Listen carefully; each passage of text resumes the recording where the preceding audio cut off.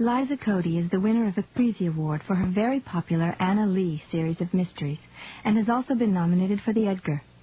Her rich novels featuring Private Eye Anna include Under Contract, Bad Company, Dupe, Head Case, and Stalker, while Rift is a stunning novel of suspense set in East Africa. She makes her home in England. Lucky Dip by Liza Cody.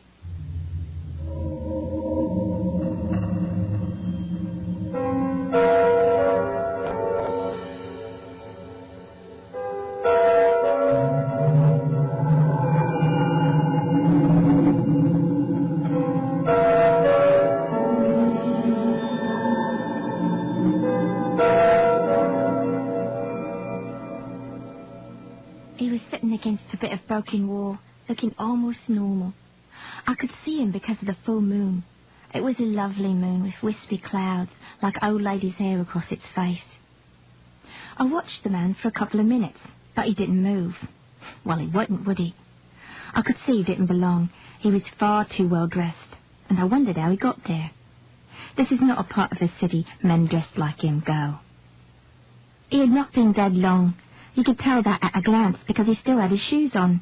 If you die here, you won't keep your shoes for 10 minutes. You won't keep your wallet for 10 seconds, dead or alive.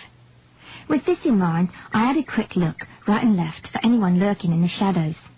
If I'd seen anyone bigger than me, I'd have stayed where I was. Moon shadows are blacker than Ursa's, and I knew I wasn't the only one out that night. But in the trenches, only the big are bold, and someone big would have been rummaging in the remains already. So I upped out from behind my pile of rubble and made a run for it. I reached him in no time at all and grabbed his left lapel. 7 out of 10 men are right-handed, and the chances are 7 to 3 anything valuable will be in the left-hand inside pocket. I took a swift dip and came up with the winnings. By now I could hear stirrings, a snap of rotten wood, a slide of brick dust. I flicked his watch off his wrist and almost in the same motion made a dive into his jacket pocket. Then I got on my toes and legged it. I legged it out of the trenches completely because, although there are plenty of places to hide, the people I wanted to hide from know them as well as I do. The trenches are useful as long as it's only the law you want to avoid. Robbing a corpse isn't nice, and I didn't want to take on to be robbed myself. It was just a quick jog to the high street. On the way, I stopped under a street lamp to look at what I had in my hand. The wallet was fat snakeskin, the watch was heavy gold, and the loose change was all pound coins and 50-pence pieces. For once in my short life, I'd struck oil. All the same, you don't break old habits for the sake of one lucky dip, and when I saw all those plump taxpayers doing their late Christmas shopping on the high street, I stuck up my hand as usual. "Got any spare change, please?" I said, as always. "For a cup of tea, for a bed for the night, for a hot meal." And as always, they coughed up like princes, or told me to get myself a job. It was nice that night. I perform best when there's no pressure, and by the time I'd worked my way down to the station, I'd made a nice little pile. But it doesn't do to loll around and count your takings in public, so I jumped a tube to Paddington. My sister has this room in Paddington. She lives in Camberwell with a boyfriend, so this room's just for business. I don't trust my sister's boyfriend, but I do trust my sister. Up to a point, which was why I went to a business address. You may meet all sorts of funny blokes there, but you won't meet a boyfriend, and that suits me. It suits him too, if you want to know the truth. He doesn't like me any more than I like him. When we first came down to the city, Dawn and me, we relied on each other. We didn't have anyone else to turn to. But after she took up with him and he set her up in business, she didn't need me like she used to, and we drifted apart. The trouble with Dawn is, she always needs a man. She says she doesn't feel real without one. Feeling real is important to Dawn, so I suppose I shouldn't criticize. But her men have been nothing but a disappointment. You could say I'm lucky to have an older sister like Dawn. She's an example to me. I'd rather die than turn out like her. Still, she is my sister, and we've been through a lot together, especially in this last year when we came down to the city together. And before that, when her mum kicked us out, or rather, kicked Dawn out because of the baby. And after that, when Dawn's boyfriend kicked Dawn out because of the baby. I have never been hungrier than I was last year trying to look after Dawn. She lost the baby in the end, which was a bit of a relief to me. I don't know how we would have managed if she'd had it. I don't think she would have coped very well either. It's much harder to get a man when you've got a little baby to look after. Anyway, that's all in the past, and now Dawn has business premises in Cuddington. I waited outside until I was sure she was alone, and then I went up and knocked on the door. "Crystal," she said when she opened the door, "what you doing here? You've got to be more careful. I might have had company." "Well, you haven't," I said, and she let me in, wrinkling her nose and pulling the kimono tight. I don't like that kimono. It's all hot and slippery. Since she got her hair streaked, Dawn has taken to wearing colours that would look all right on a tree in autumn, but turn her hard and brassy. "God," she said, "you don't half look clatty. Can't you get your hair cut? That coat looks like it's got rats living in it." I took the coat off, but she didn't like the one underneath either. "What a pong," she said. "I had a wash last week," I told her, "but I would like to use your bathroom." I wanted somewhere private to look at what I got off the dead man. "You can't stop round here," she said, worried. "I got someone coming in half an hour." She looked at her watch. I sat in the bathroom and looked at the dead man's watch. It had Cartier written on the face, and it really was proper gold. Quality, I thought, and felt a bit sad.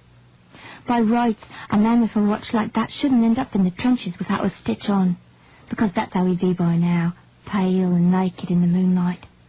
Nobody would recognise him without his coat and suit and shoes. He just looked like anyone. We're into recycling in the trenches. To cheer myself up, I looked at his wallet, and when I counted up, I found I had £743.89, and I couldn't use half of it. Imagine me trying to change a £50 note. There's a chance in a million a cat with cream on his whiskers milked a cow, but that's good odds compared to the chance I'd come by a 50-quid note, honestly. I couldn't even pop the watch. One look at a watch like that, and any honest pawnbroker would turn me in. A dishonest one would rip me off quick as a wink. Either way, the watch was no good for me. I borrowed my sister's toothbrush and had a fast swipe with her deodorant before I joined her again. You never know when you're going to find clean water next, so it pays to make use of what there is. "Do me a favour, Crystal," she said when she saw me. "Bugger off before you're fighting the horses." "Brought you a Christmas present," I said, and handed her the watch. "You're balmy, Crystal." She stared at the watch like it was a spider in her bed. "Who'd you nick this off?" "I never," I told her. "I found it." And it was true, because the fellow was dead. It wasn't as if it was his property, because there wasn't a him anymore to belong to. When you're dead, you're gone, and that's final. Dead men don't own watches. Even with the Christmas present, Dawn wouldn't let me stop for the night. It's a funny thing. If I hadn't had £743.89 in my pocket, I wouldn't have wanted to. If it had just been the 89p, I'd have been quite happy sleeping out. But having things is dangerous. Having things makes you a mark. It's like being pretty. If you don't believe me, look at Dawn. She's pretty, and she's been a mark from the time she was 11. Being pretty brought her nothing but trouble. She's always had to have someone to protect her. I'm glad I'm not pretty. There's an hospital down the Harrow Road, so I went there. I couldn't decide what to do, so I sat in casualty till they chucked me out. It's a pity there aren't more places you can go and sit in at night to have a quiet think. It's hard to think on the hoof, and if you are cold or hungry, thinking is not on your mind at all. It seemed to me, after a while, that the best place to go I slept last night. Some might say it was a daft idea to go back to a place that was roasted, but I thought if the police had been there last night, it would be deserted tonight. 27 Alma-Tadema Road is a condemned house. They say it's unsafe. There are holes in the roof and holes in the floors, but it's perfectly safe if you are sober, tread carefully and don't light fires. That was what went wrong last night. We had a couple of winos in, and one of them got cold just before daybreak. When I got there, I saw that they had nailed more boards across the front door and downstairs windows. I could get in, but it would take time. There were still people up and about, so, to be on the safe side, I would have to come back later if I wanted more than a few minutes' kip. I walked down past and went down to the embankment. It is quite a long walk, and by the time I got there, I was hungry. Actually, I'm hungry all the time. Dawn says she thinks I must have worms, and I probably do, but mostly I think it's just my age. Someone like Bloody Mary does almost as much walking as I do, but she doesn't seem to need half the fuel. She stopped growing years ago. There are a lot of women like Bloody Mary, but I mention her because she was the one I picked up on the embankment that night, puffing and puffing along with her basket on wheels. "Oh, me poor veins," she said, and we walked on together. I slowed down a bit so she could keep up. "There's a stall open by the arches," she said. "Couldn't half murder a cuppa." She used to sing in the streets, walk up and down Oxford Street bellowing paper moon with her hand held out. But after a bad dose of bronchitis last year, her voice went. At the arches, I got us both a cup of tea and a sausage sandwich. "Coming to money, Chris?" Johnny Pavlova asked. It is his stall, and he has a right to ask, because now and then, when there's no one around to see, he gives me a cup free. As he always says, he's not a charitable institution, but catch him in the right mood, and he'll slip you one like the best of them. All the same, it reminded me to be careful. "Christmas," I said.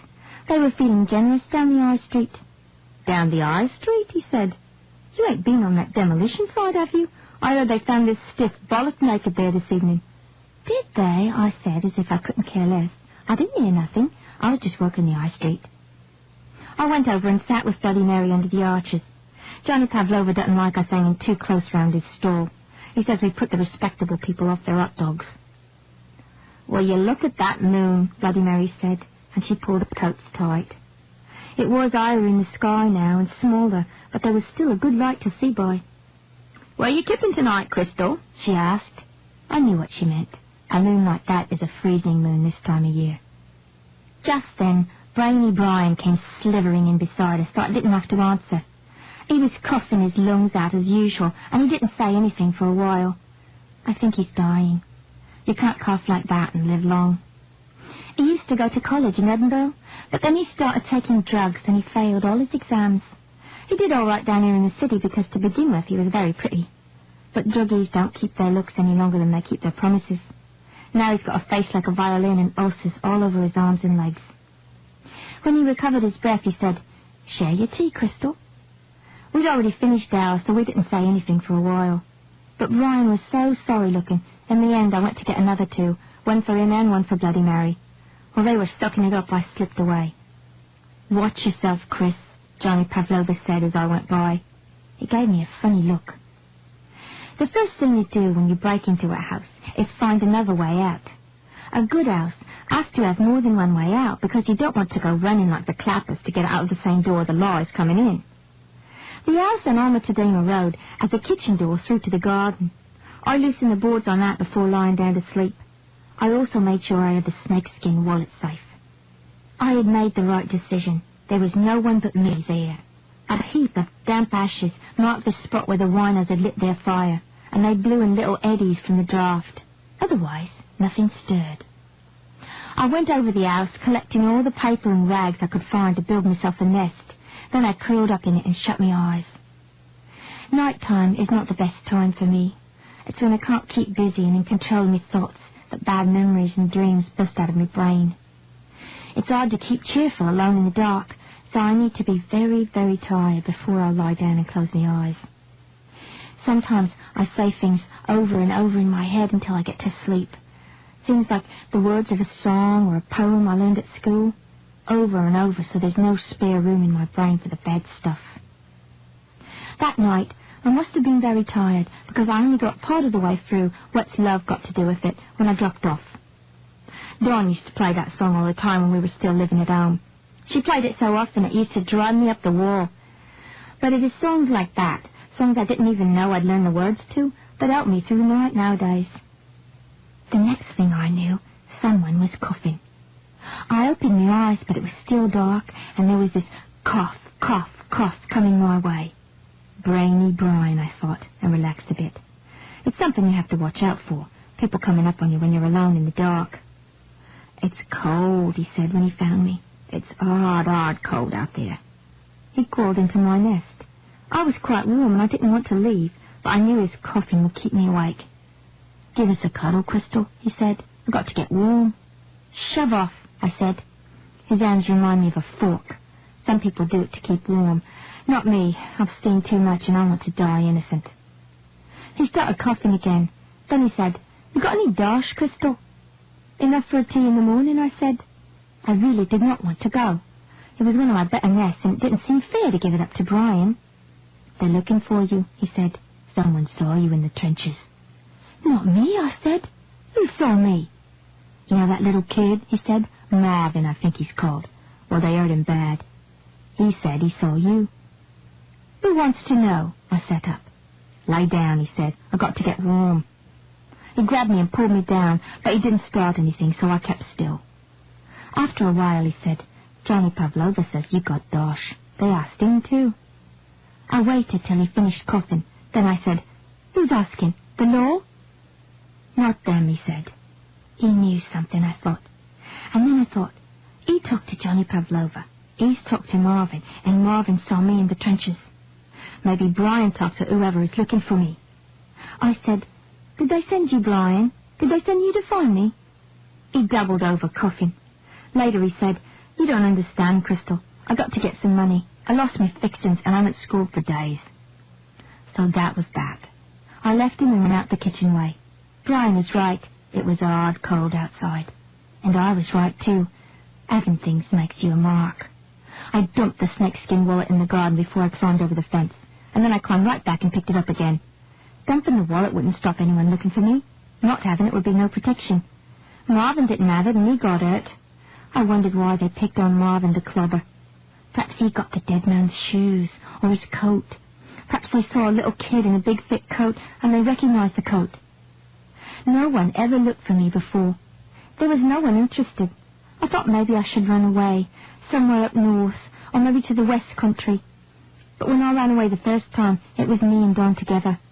And it was difficult because we didn't know the city. It took us ages to get sorted. I thought about it walking down the road. The moon had gone, and the sky had that dirty look it gets just before day. My nose was running from the cold, and I was hungry, so I went to the Kashmir takeaway. The Kashmir is a good one because it has a bin not 20 paces away. What happens is that when the pubs close, a lot of folks want an Indian takeaway, but because they've been drinking, they order too much and chuck what's left over in this bin. I've had breakfast there many times. The great thing about a Kashmir breakfast is that although the food is cold by the time you get it, the spices are still hot, and it warms you up no end. From this point of view, Indian food is the best in the city. I felt much more cheerful after breakfast, and I found a lighted shop window with a doorway to sit in. It was there I had a proper look at the wallet. Before, at Don's business premises, I only counted the money and redistributed it in the pockets of my coats. Now, I studied the credit cards, library cards, and business stuff. These are not things I am normally interested in. I can't use them. But this time, it seemed to me the only way out of trouble was to give him back. The dead man in the trenches might be dead, but he was still dangerous. His name was Philip Walker Jones. He belonged to a diners club, a bridge club, and a chess club. He had 2 business cards, Data Services Ltd. and Safe Systems plc. He was managing director twice over, which seemed quite clever because both companies had the same address in Southwark Road. Southwark Road is not far from where I found him. Maybe he walked out of his office and died on the way to the station. But that didn't explain what he was doing in the trenches. Nobody like him goes in the trenches. I thought about Philip Walker Jones sitting in the moonlight against the broken brickwork. He looked as if he'd just sat down for a bit of a breather. But he wasn't resting. He was dead. There wasn't a mark on him that I could see. It didn't look as if anyone had bumped him. He was just sitting there in all his finery. Quite dignified, really.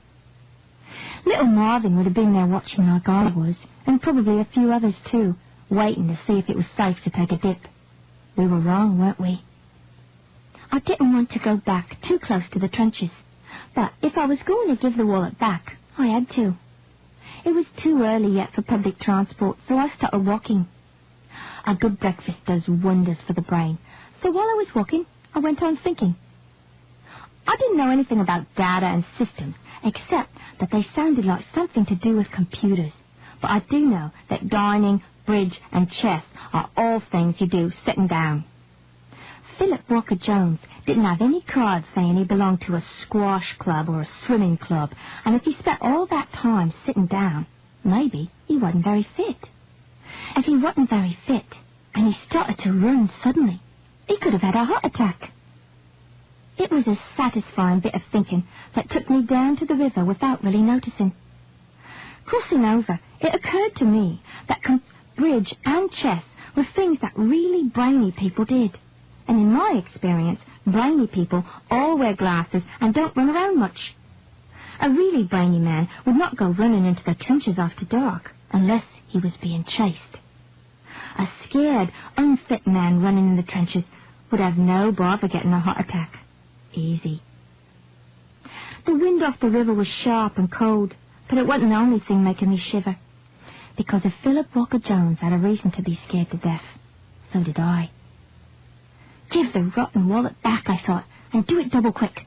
Say, here's your money, now leave me be, and then do a runner. I'm good at that. I stopped for a pint of milk to fuel up, and I went through my pockets to find some of the £50 notes, which I stuffed back in the wallet to make it look better. I felt quite good. I'd made my plan, and it was almost as if I didn't have the wallet anymore. It was as good as gone, and by the time I reached Suffolk Road, I wasn't bothering much about keeping out of sight. It was daylight now, and there were other people in the streets, and cars on the roads, and as usual, no one seemed to notice me. All the same, I gave the trenches a miss.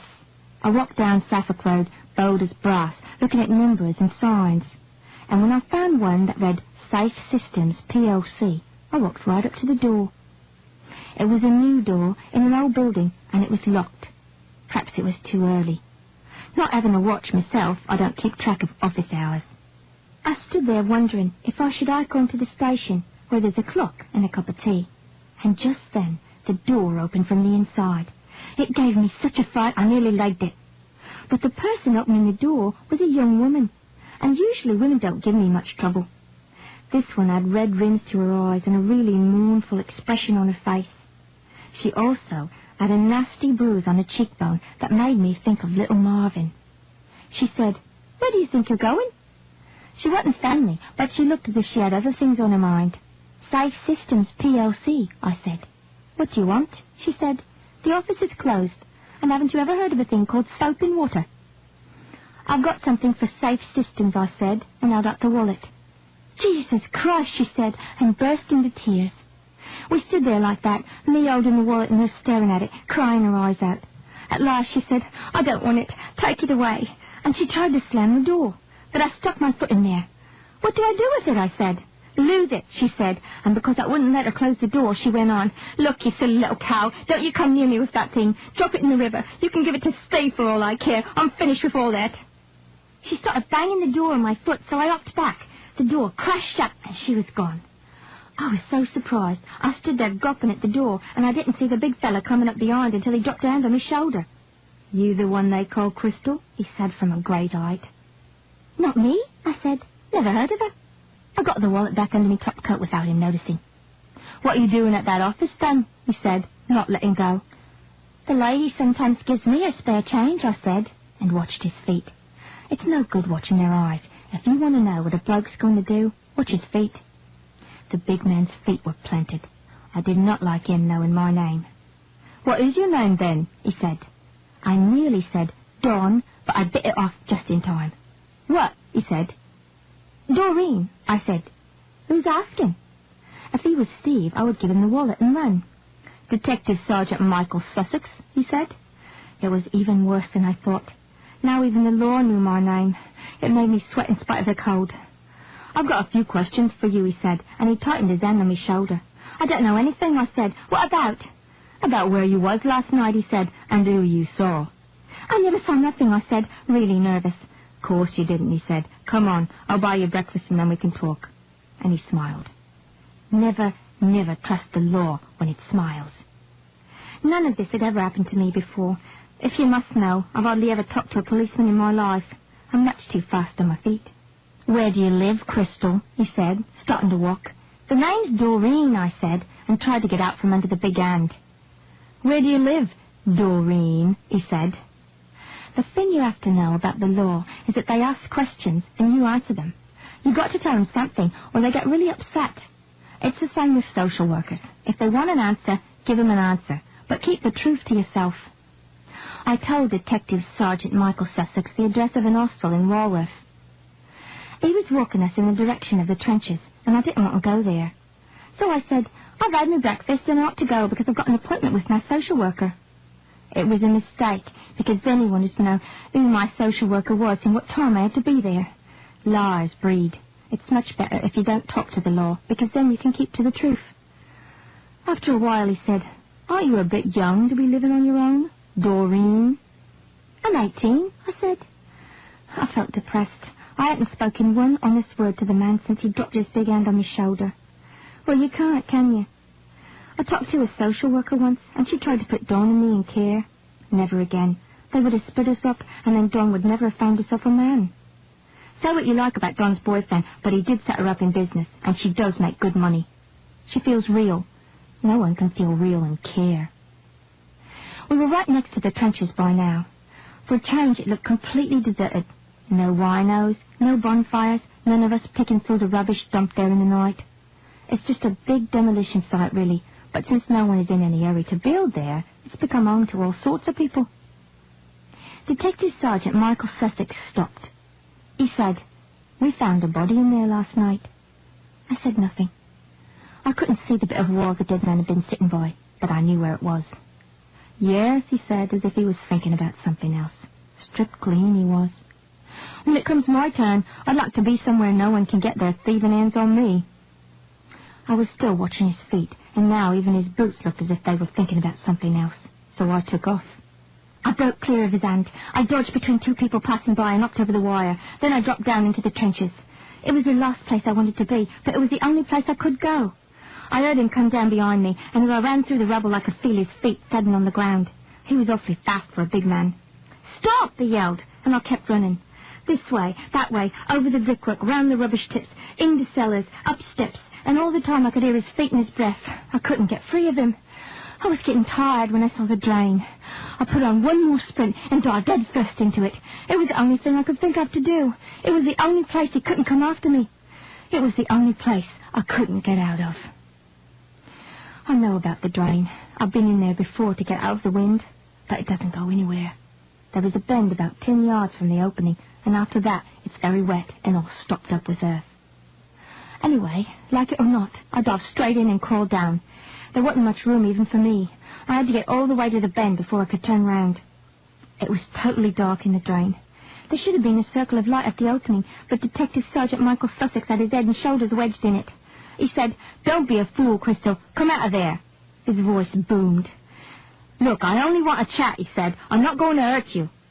He wasn't going to hurt me as long as I stayed in the drain and he stayed out of it. "Come and get me," I said. I would have felt quite cheerful if it hadn't been so dark and wet. "I don't know what you think you're up to, Crystal," he said, "but you're in a lot of trouble. I can help you." I nearly laughed. "I don't know any crystals," I said. "How can you help me?" "You've got enemies," he said. "The bloke who died had the same enemies. You took something off him, and now they're looking for you. They're rough people, Crystal, and you need my help." "I don't know any dead blokes," I said. "I didn't take anything. What am I supposed to have nicked?" "You're wasting my time," he said. "All right," I said. "Then I'll go." There wasn't anywhere to go, but I didn't think he'd know that. "Wait," he said. "Don't go anywhere till you've heard what I have to say." He fell silent. It was what I always thought. You tell them things, they'd rather eat worms before they tell you something back. After a bit, he said, "You still there?" "I'm still here," I said, "but not for long. I'm getting wet." "All right," he said. "You won't understand this, but I'll tell you anyway. The dead bloke was a systems analyst." "What's one of them?" I asked. "He was a computer expert." Detective Sergeant Michael Sussex sighed. I could hear it from my end of the drain. Sound travels in a drain. "He wrote programs for computers. He debugged programs. But most of all, he wrote safe programs." He sighed again. "This doesn't mean anything to you," he said. "Why don't you just come out of there like a good girl and give me the number?" "What number?" I said. He was right. I didn't understand. I was very confused. I thought I was in trouble because I'd taken the wallet. I tried to give it back, but the woman wouldn't take it. That was confusing. Who ever heard of anyone not taking money when it was offered? "It doesn't matter what number," he said, sounding angry. "This bloke, this Philip Walker-Jones, he worked for some very funny types. These types don't keep their dealings in books or ledgers anymore. Oh, no, they stick 'em on computer tape or discs where your average copper won't know how to find 'em. It's all bleeding high-tech now." He sounded very fed up, and I couldn't tell if it was because I was in a drain out of reach or because he didn't understand eye-tech any more than I did. Just then, I heard footsteps, and someone said, "What you doing down there, boss?" "Taking a bleeding mud bath," Detective Sergeant Michael Sussex said. "What does it look like I'm doing?" "Did you lose her then?" the other voice said. "Course not. This is a new interview technique. Orders from on high. Do it in a bleeding land drain." He sounded so down I almost laughed. "Are you still there?" he said. "No," I said. "Goodbye." And I scrambled into the bend of the pipe and pulled my knees up to my chest so I couldn't be seen. "Shit," Detective Sergeant Michael Sussex said. "You scared her off, you bleeding Burke." I could hear him heaving and cursing, and then he said, "You better give me a pull out of here, Ibid." There was some more heaving and cursing, and then I heard his voice from further off saying, "Where does this bleeding drain come out?" "Buggered if I know, boss," Ibid said. "Could be the river for all I know." "Well, bleeding go and look," Detective Sergeant Michael Sussex said. "And if you find her, don't lose her, or I'll have you back in uniform quicker than you can say crystal balls." "You sure you had the right one?" Ibid said. He sounded reluctant to go tramping around the trenches looking for the other end of the drain. "You saw the description. There can't be two like her." I didn't like the way he said that, and I didn't like the way he made fun of my name. I was freezing cold and soaked through, but I wasn't going to come out for anyone with that sort of attitude. So that's where we stayed, him outside in the trenches, and me scrunched up at the end of the drain, waiting for him to give up and go away. Sometimes he shone a torch in, to keep himself busy, I suppose, but I stayed stone still and never made a sound. Sometimes he paced up and down and muttered foul language to himself. He reminded me of our mum's boyfriend when he thought I'd pinched something off him. We were all at it in those days. He'd pinch things out of our mum's handbag, and Dawn and me pinched things off him. We used to hide under the stairs, Dawn and me, while he raged around swearing he'd leather the lights out of us. Sometimes I'd hide from the truant officer too. I'm used to hiding. All it takes is a bit of patience and a good breakfast in your belly. Don't try it somewhere wet and cold, though. That calls for real talent, and I wouldn't recommend it to beginners. At one stage, Ibid came back. He didn't sound half so cocky now. "She'll be long gone," he said. "I can't find where this thing comes out." "It's got to come out somewhere," Detective Sergeant Michael Sussex said. "Use your radio. Get more bodies. Make a bleeding effort." He stayed where he was, and I stayed where I was. Another time, Ibid said, "Why don't we get in the borough engineers to dig this old bleeding side up and be done with it?" And another time, Detective Sergeant Michael Sussex said, "Comb the bleeding area. She could have dropped it or stashed it." He was sounding cold and tired, too. "All this for a bleeding number," he said, "and if we don't get it, our old case goes down the bleeding bog. Why couldn't the silly sod pick somewhere else to pop his clogs?" Ibid said, "Why are we so sure he had it on him, and why are we so sure she's got it now?" "We know he had it because he was bringing it to me," Detective Sergeant Michael Sussex said, "and we know she got it because she swiped his wallet. We've got everything else back except that, and unless he had the number tattooed on his bleeding skull under his bleeding hair, that's where it is." "Couldn't he have just had it in his head?" Ibid said. "Remembered it? 25 bleeding digits? Do me a favor. He said it was written down, and he said I could have it. You just want to go indoors for your dinner? Well, no one gets any dinner till I get that kid." So we all sat there without our dinners. Detective Sergeant Michael Sussex made everyone go hungry for nothing, because I didn't have any number 25 digits long. But it's no use worrying about what you don't have, especially when what really worries you is what you might get. I was worried I might get pneumonia. If you get sick, you can't feed yourself. If you can't feed yourself, you get weak. And then either the officials grab you and put you in hospital, or you die. I've seen it happen. And I'll tell you something else. A very funny thing happened when I got out of the drain. Well, it wasn't a thing, and it didn't really happen. But I thought it did, and it really frightened me. I became an old woman. It was when I looked round the bend and couldn't see the circle of light at the end of the drain. I strained my ears and I couldn't hear anything moving out there. And suddenly, I thought I'd gone deaf and blind. I tried to move, but I was so stiff with cold it took me ages to inch my way along to the opening. I didn't care if Detective Sergeant Michael Sussex caught me. In fact, I called out to him, and my voice had gone all weak and husky. I wanted him to be there, if you can believe that. I actually wanted him to help me. See, because I thought I'd gone blind, and I was scared. But he wasn't there, and it was dark and teeming down with rain. And I couldn't straighten up. My back was bent, my knees were bent. There was no strength in my legs. I couldn't have run if they'd set the dogs on me. I was an old woman out there in the dark, looking at the puddles in the mud, shuffling along, bent over. And I thought about Bloody Mary and the way she is first thing of the morning. There are some of them, even older than she is, who never have to bend over to look in dustbins because that's the shape they always are. Of course I come to my senses soon enough. I got my circulation back and I rubbed the stiffness out of my legs. And I knew it was truly dark. I hadn't gone blind, but I did not stop being scared. Even standing upright I felt helpless. Even with £743.89 on me. The law was after me. The bastards who beat up little Marvin were after me, and I had nowhere to go. I was sick and old, and I needed help. What I needed, I thought, was a mark of my own. Once having thought that, I became a little more cheerful. Not a lot, mind, because I hadn't had anything to eat since that curry before daybreak, and being hungry brings on the blues like nothing else can. But I pulled myself together and went looking for my mark. I didn't know her name, but I knew where to find her.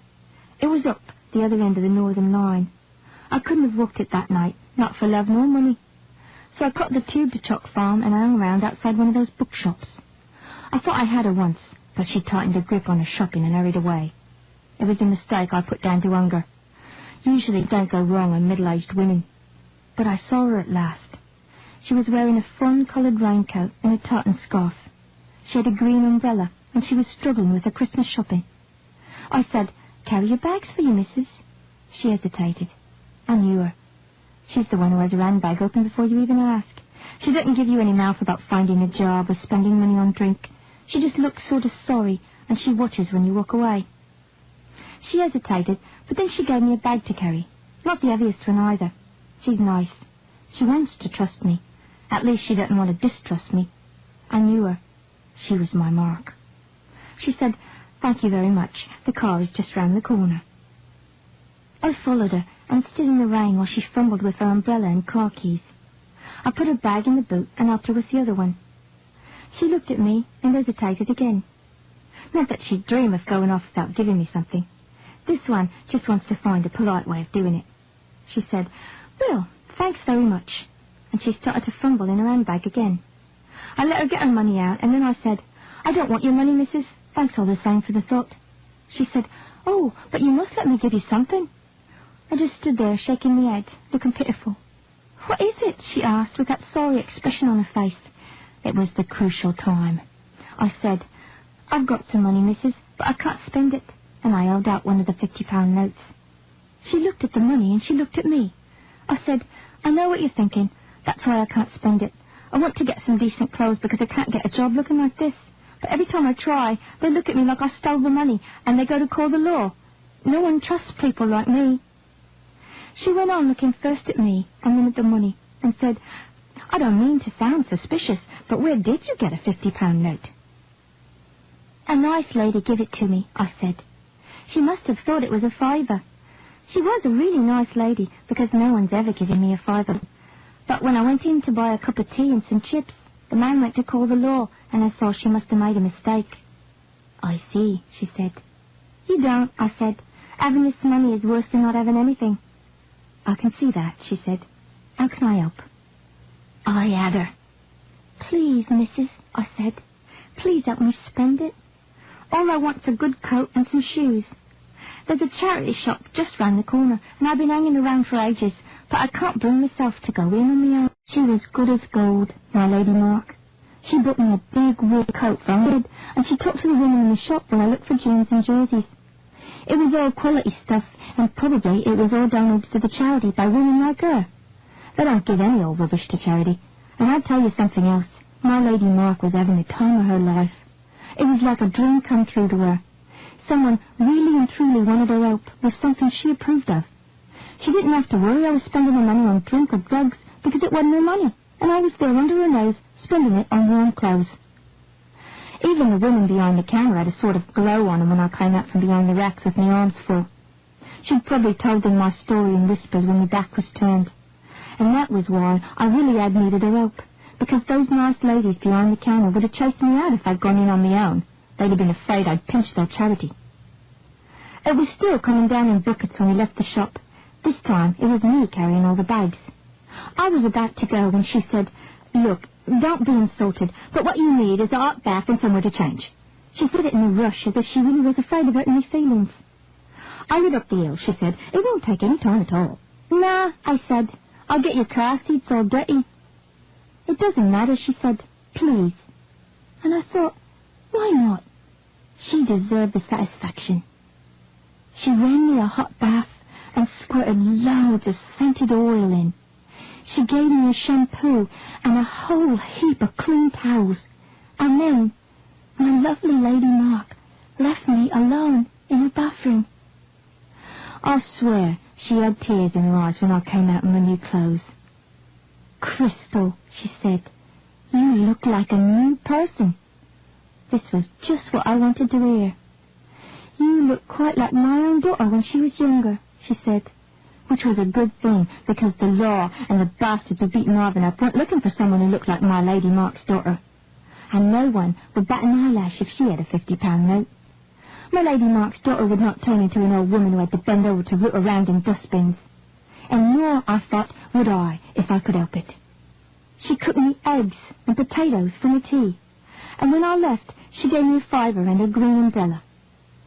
It was a shame, really, to have pinched her soap, but you can't break old habits all at once. She even wanted to give me another ride in the car, but I wouldn't let her. She was a lovely lady, but I didn't think she'd understand about Dawn. Lovely ladies don't. I could give lessons about what to do when you find your mark, and the last one would be, don't push your luck. Because if you push your luck and let them take over, they start giving you what they think you need instead of what you want. If my Lady Mark knew too much about Dawn and what was really going on, she'd have got in touch with the social services all over again. And far from being a lovely lady, she'd have turned into an interfering old cow. I was doing her a favour, really. I'm sure she'd rather be a lovely lady than an interfering old cow. No one who saw me knocking at Dawn's door in Paddington would have known I'd spent all day down a drain. Dawn didn't. "Struth, Crystal," she said when she opened up. "You look like one of those girls from that snob school up the hill from ours." I knew what she meant, and I didn't like it much. But I was lucky, really. I'd caught her at a slack time when she was just lying around reading a comic and playing records. And now I was all clean and respectable. She didn't mind if I sat on her bed. "You still need your hair cut," Dawn said. She got out her scissors and manicure set, and we sat on her bed while she cut my hair and did my nails. Dawn could be a beautician if she wanted. The trouble is, she'd never stand for the training, and the money wouldn't be enough. She's used to her creature comforts now, is Dawn. It was a bit like the old days, Dawn and me together, listening to records, and her fiddling with my hair. I didn't want to spoil it, but I had to ask about the watch. It was in the lovely lady's bathroom. I did another search through Philip Booker-Jones' wallet. Dawn said, "What about the watch?" And she rubbed round my fan with a little nail file. "It was real gold," I said, to remind her. "Your Christmas present." "I can't wear a man's watch," she said. Dawn likes to be very dainty sometimes. "Where is it?" I said.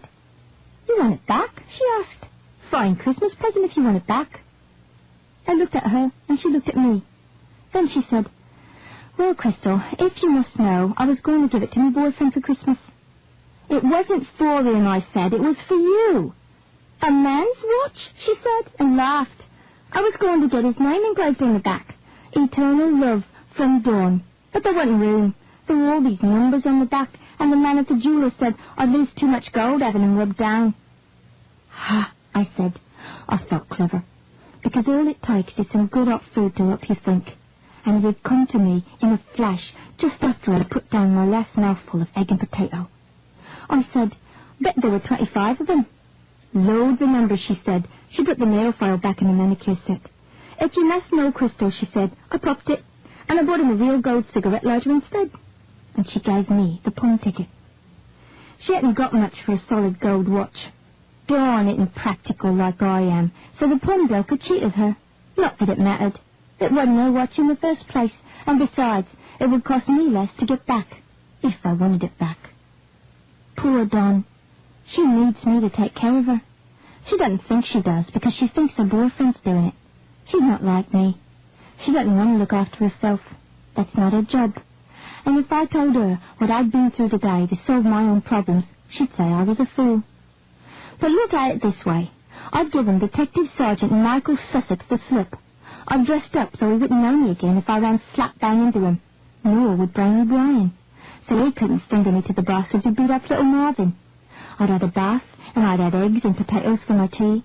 I had enough money to sleep in a bed for as many nights as I wanted. And now I had the watch. Or I could have it any time I wanted. But it was safer where it was. I still didn't know why the number was so important, but I was sure it would be worth something to me sooner or later. I saw Dawn looking at me. "Don't get too cocky, Crystal," she said. "You might look like a girl from the snub school, but you're still just like me." That's how much she knew.